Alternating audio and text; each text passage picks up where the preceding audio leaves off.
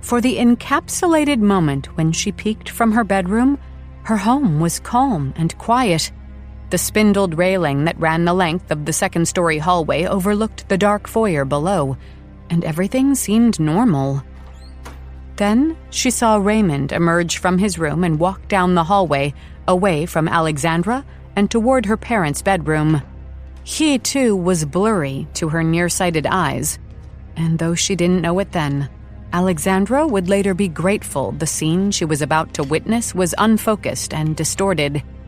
When Raymond reached their parents' bedroom, he stopped and pushed the door open.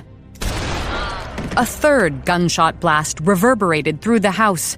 The blast threw Raymond onto his back, where he lay and did not move. Alexandra startled into action.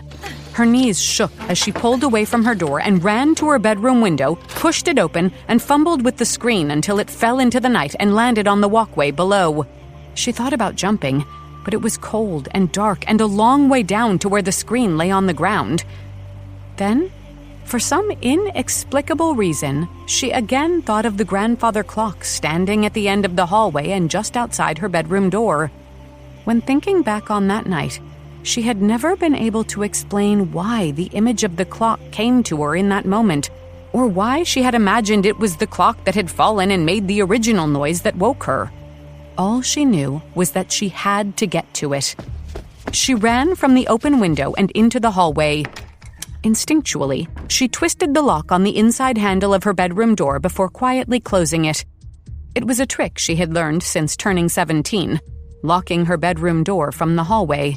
It was a way to fool her parents into thinking she was studying in her room when she really had snuck out to meet up with her friends.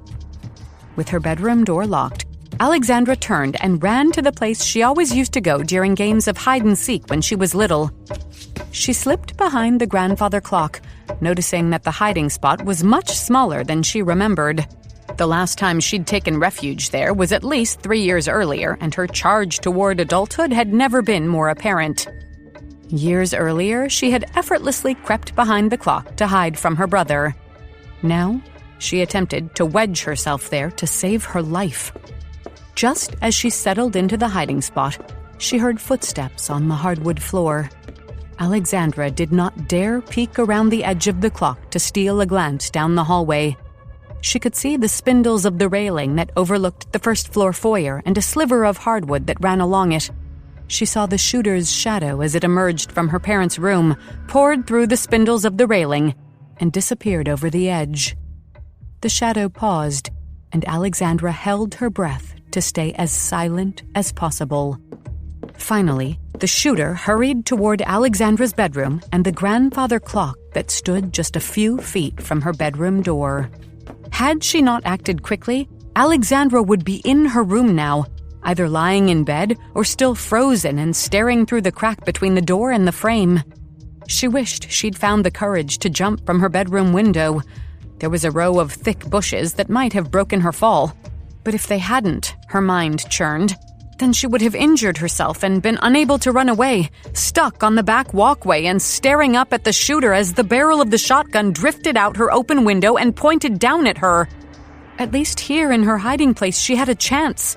At least, crammed behind the grandfather clock, she might survive the night. She heard the rattle of her bedroom door handle. Then, a cracking noise as the shooter kicked at the door. And then again until the door burst open. Behind the grandfather clock, tucked as tightly as possible in the corner hallway, Alexandra squeezed her eyes closed. The pounding inside her chest caused her whole body to tremble. She didn't dare move, and she tried not to breathe as she heard first knocking and then her closet door opening. A moment of silence followed before she heard the shooter race across her bedroom to the open window. The whine of the window opening fully came next, followed by more footsteps as the shooter ran out of the bedroom and down the hallway, away from Alexandra's hiding spot. The stomping continued down the stairs until she heard the front door open. And then the house grew eerily silent.